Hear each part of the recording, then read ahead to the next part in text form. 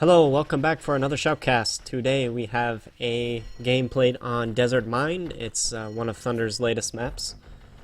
And I don't know if he was joking when he made the map because it's a little ridiculous looking.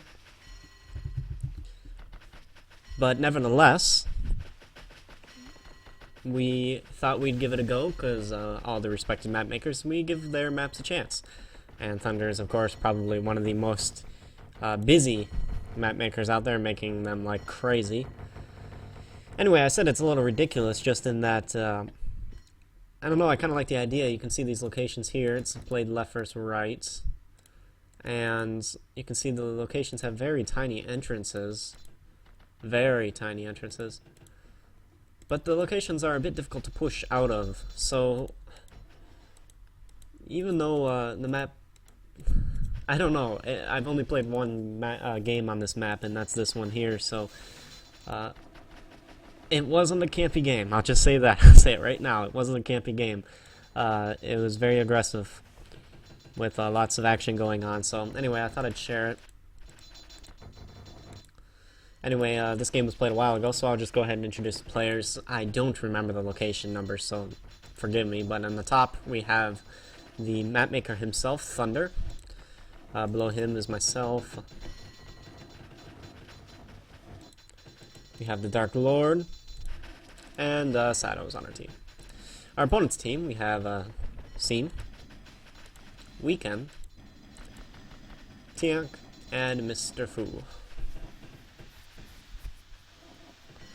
So, we'll quickly look through the locations. Here's mine. I have put 2 iron mines that are quite far away, and it's kind of an awkward road to go there. With not a lot of place for trees. You can see I already have a woodcutter in the middle of my base.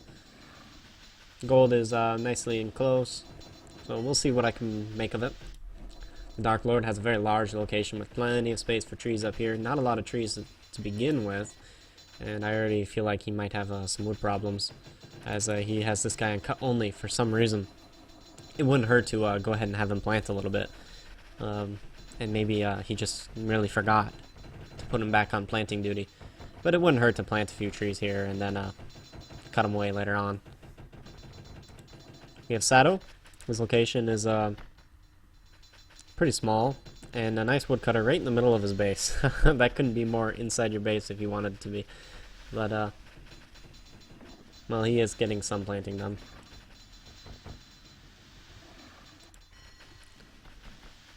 And we'll look at Siem's location real quick. Tucked into the corner here, with a little bit of places for planting trees. Maybe it'd be nice to put a woodcutter up here. That's good planting space. I'm surprised he hasn't done that already, actually.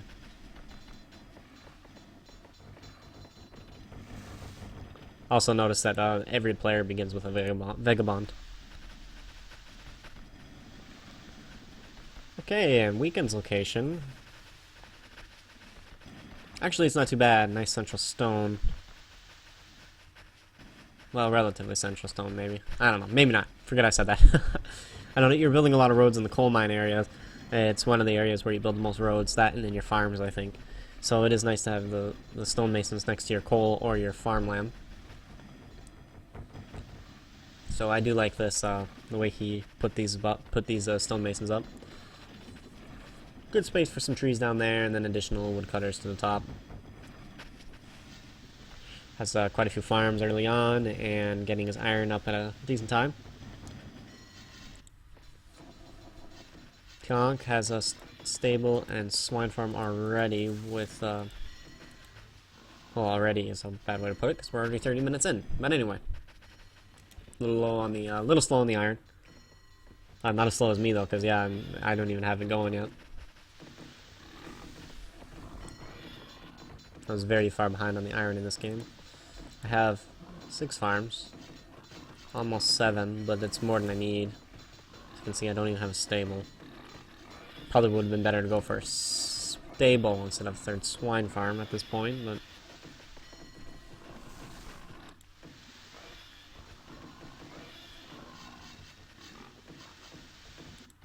MrFu with his usual... Oh, he has a decent amount of farms. A bakery, which is interesting. And you see Fu with his usual single gold mine.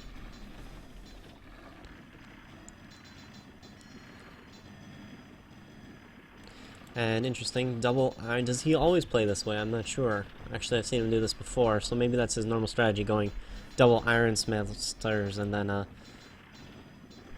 going for heavy iron later on. He definitely has some wood problems right now, and I guess that's to be expected when you only have... Oh, he does have 6 wood cutters. I thought he only had 3, but these are not very nicely set up. So you can see that he's definitely having trouble with wood production.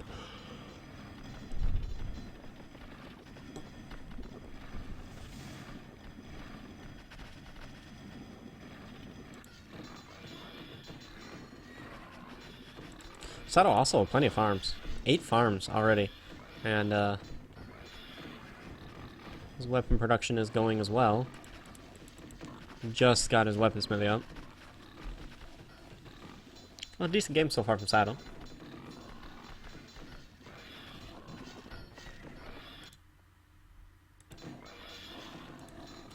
And the Dark Lord putting his barracks really far to the front.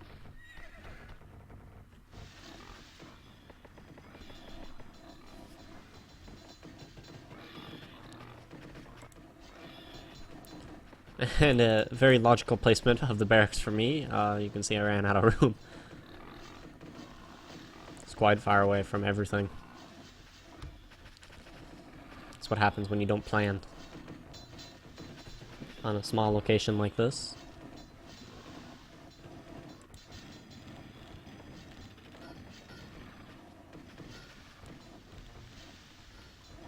What do you think he's going to put here? I think it's going to be a second tannery.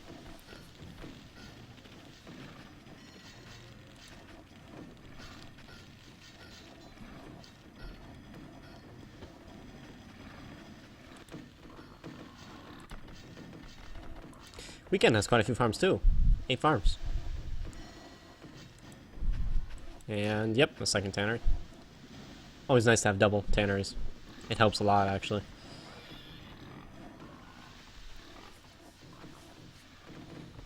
Seem going heavy into the leather. 4 armory workshops and double tannery. 4 swine farms. No stables. So definitely a spam base.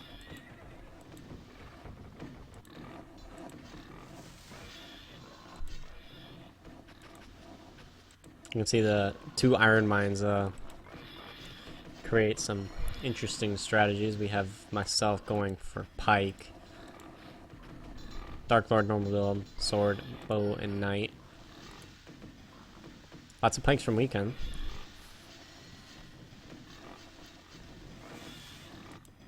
Only enough swords to cover his knight production, I think. And Tiank, you never know what he's gonna do. It's always something different. Crossbow and knight. Or in scout, it looks like, actually. Well, maybe knights. We'll see.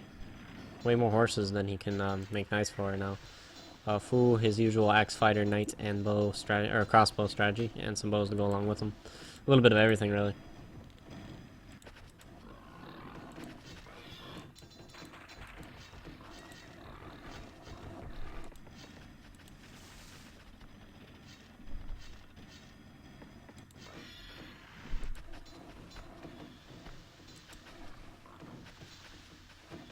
Oh, that leather armor is absolutely useless without any weapons to go with them. And Sado is pretty decent, actually, 50 leather. Again, pretty useless without the weapons, but when you consider that Siem went 4 swine farms, and he has just about the same amount of leather. Ooh, weekend, very nice. Actually has the right amount of armor to go with his weapons. And Ben made some unethical towers, like he normally does. Bastard.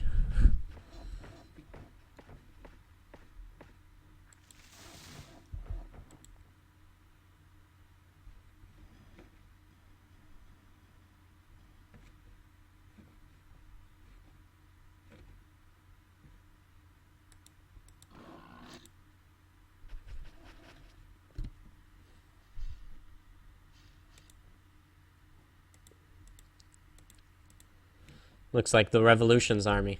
with all these axe fighters and the crossbowmen under the white color.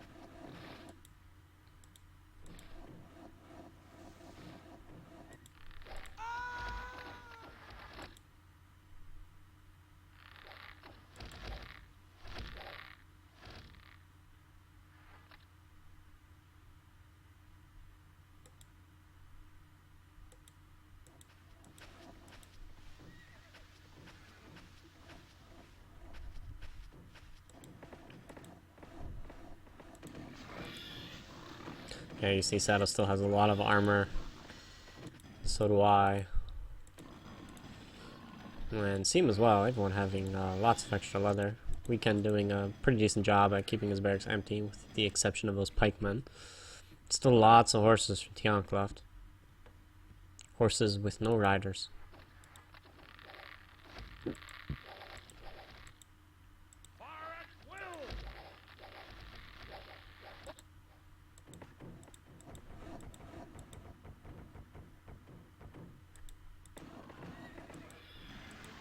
Sado has some knights nested down here, ready to do some kind of ambush, I guess, if the attack happens. It can be nice to catch your enemy off guard like that, but oftentimes it's not nice to have your soldiers out of the fight like that, because, you know, obviously they're not doing anything when they're not in the fight.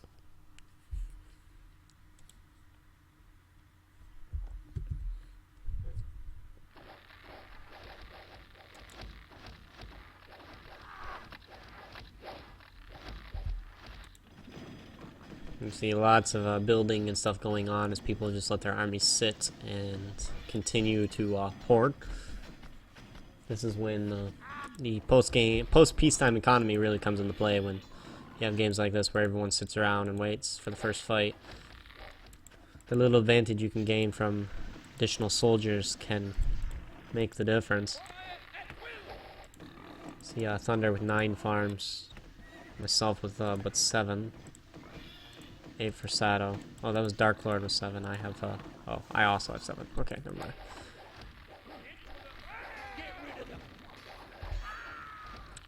See, Thunder engaged ahead of the bows.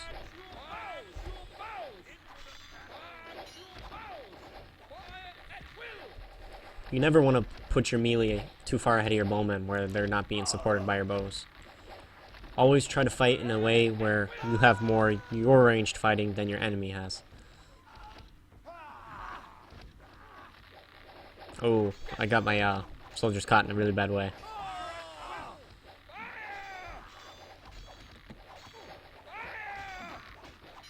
And see, this is exactly it. They have no range support, so they're not doing anything. And again, my range are just totally out of sync. And this is me sending my melee too far away. I should let them come to us. Which they will, because they have the advantage. And with my bows not shooting, oh, we're just going to get annihilated here.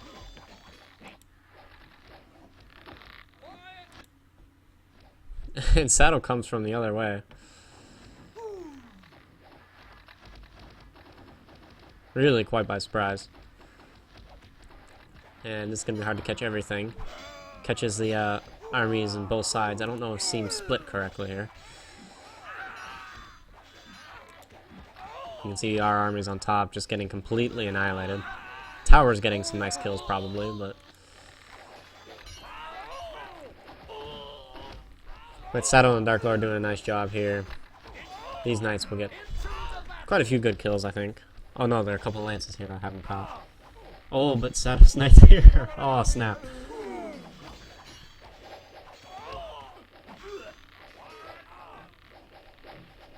Ooh, enemy come from the top here as well.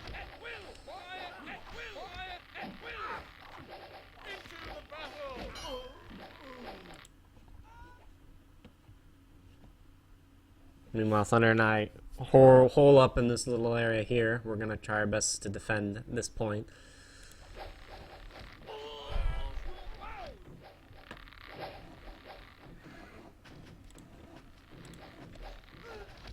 You can see funny, Dark Lord made a 2-second barracks.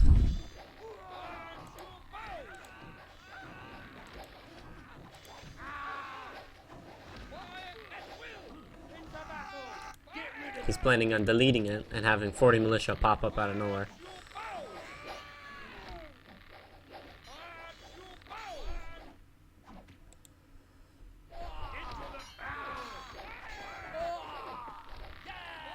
And this is the Mines of Moria style, where we just have a bunch of soldiers standing, holding off a tiny passage. These 10 or so soldiers, they'll be the Fellowship at the moment.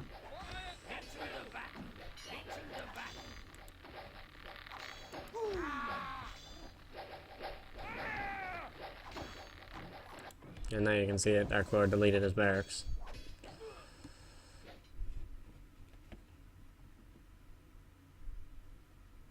Sado really should have taken his knights over here. Could have got a lot of nice kills.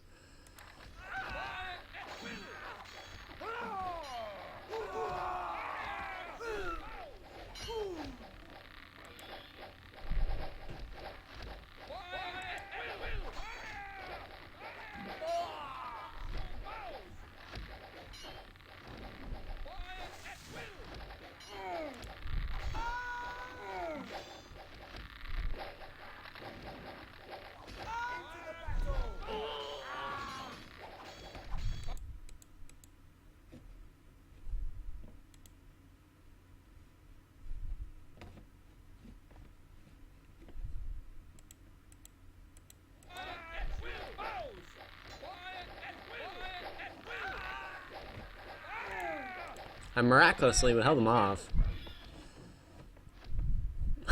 In terrible fashion, just camping style. More defending, we'll say, than camping.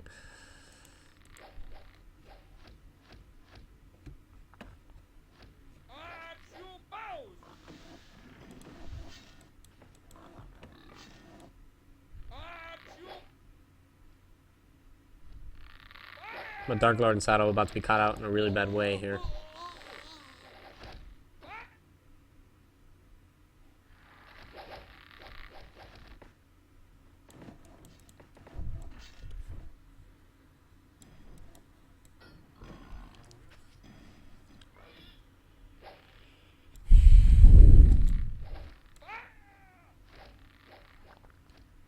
And instead of trying to do any kind of flanking, they seem to be bringing all their armies to the same spot.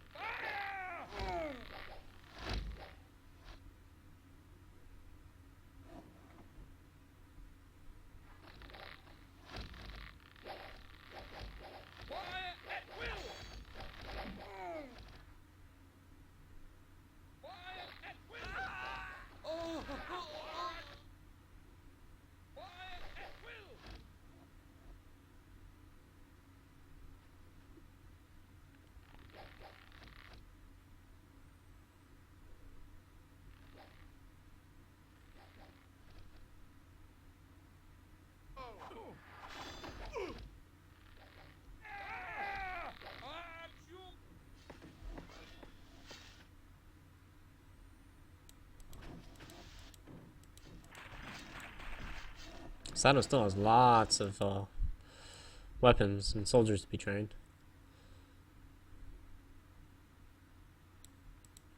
At this point, switching into melee would probably be a bit smarter. Oh, there's some fight going on here I didn't notice.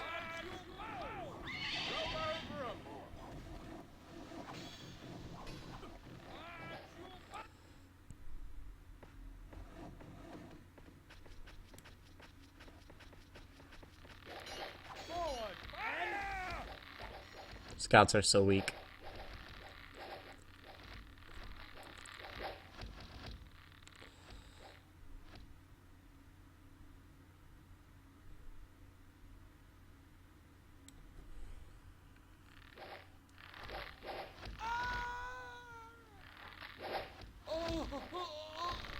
Sado getting some nice shots. Another engagement down here, which turns into nothing.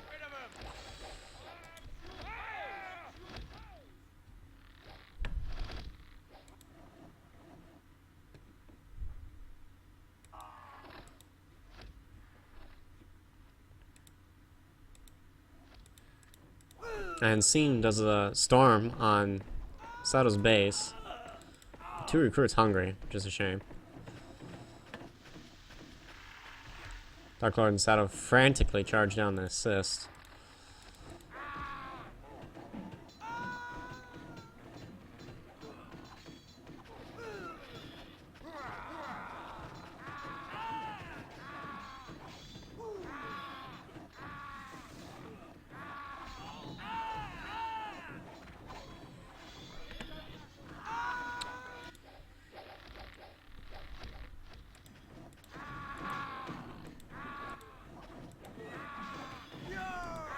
Siem's actually doing a very good job killing serfs here.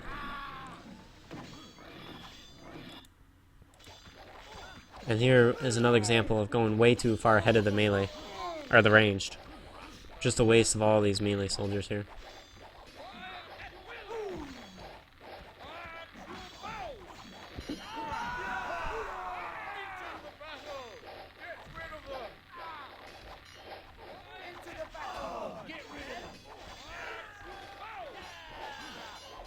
Sado got caught in a really sad way here.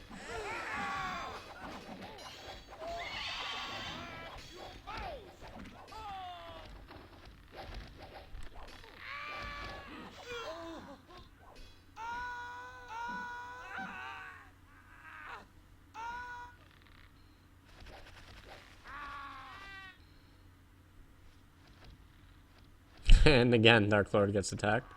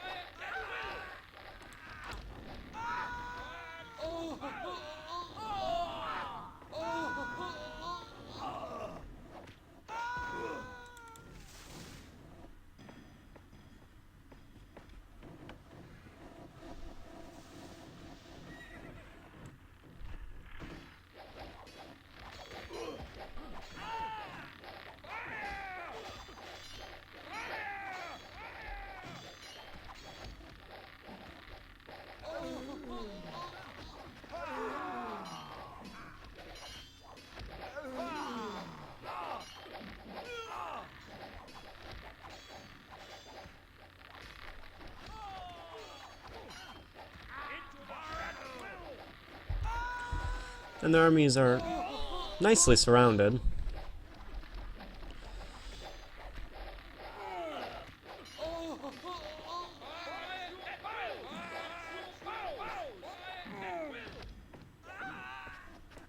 And again are repelled.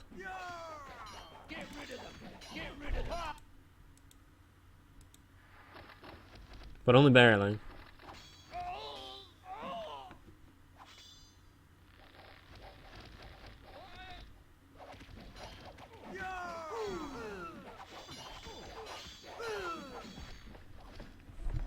And again we retreat.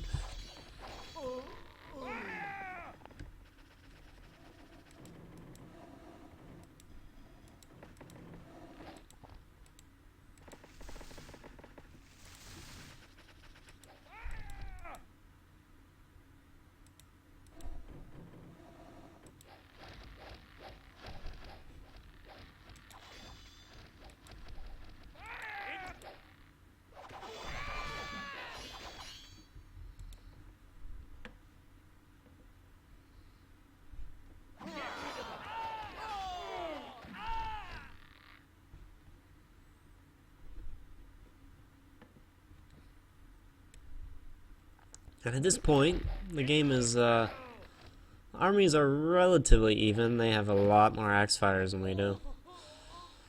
And, quite a bit of scouts to go along with that. Problem is Sado's economy is completely devastated. Still has 70 shields. Probably should have shut one of these guys off to making shield and make another weapon workshop or something. Maybe trade away some shields. Or do something, because that's pretty imbalanced and doesn't do a whole lot of good.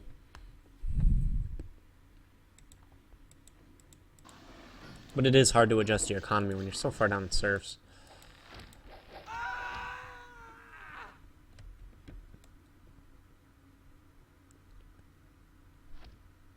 And our army split once again as they push forward.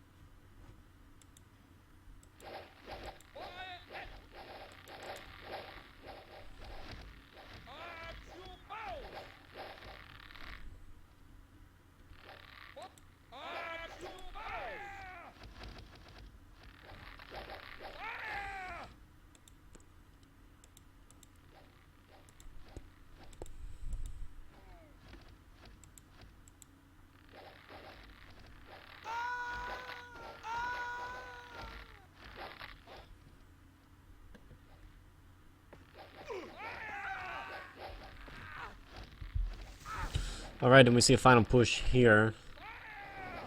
They're definitely overwhelming us now. You can see all these axe fighters and scouts will actually do quite a bit of punch, especially with so few archers.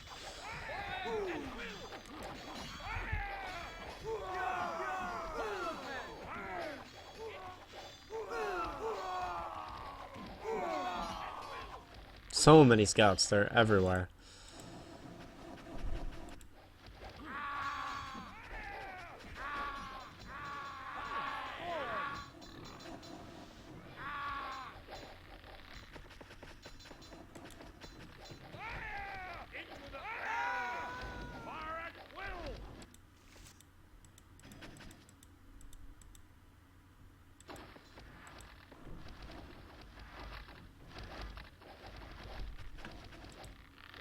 Instead of calling this map Desert Mine, maybe it should be called Desert Scout. A more appropriate name, at least for this game.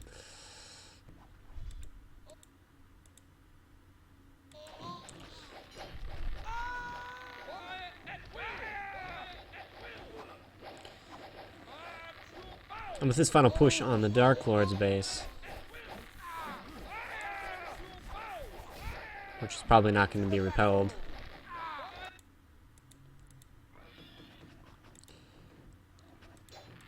the game is called. And there you have it. Forgive my lack of energy. It could have been really enthusiastic about this one. Lots of fights going on. And all sorts of different strategies you see being done. Dark Lord, as usual, having the most kills. And MrFu having very few deaths, actually. Doing a very good job. Actually, he had the best fighting stats, I think, here.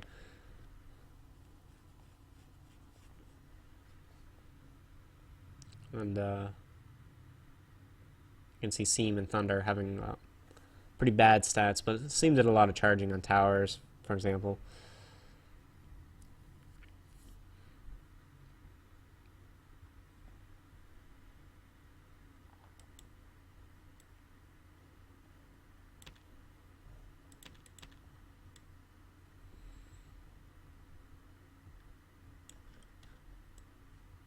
You see all these horses being made. But not very many iron shields. I learned by Sado.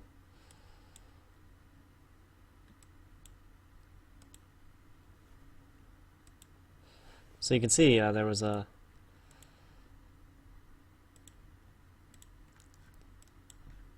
Quite a few scouts being made actually this time, which you don't see very often at all, and it's funny. I don't even consider that maybe this is a good strategy even on this map, but it was fun, and maybe this map deserves a bit more attention than it's been getting. See you around for another shotcast. Bye-bye.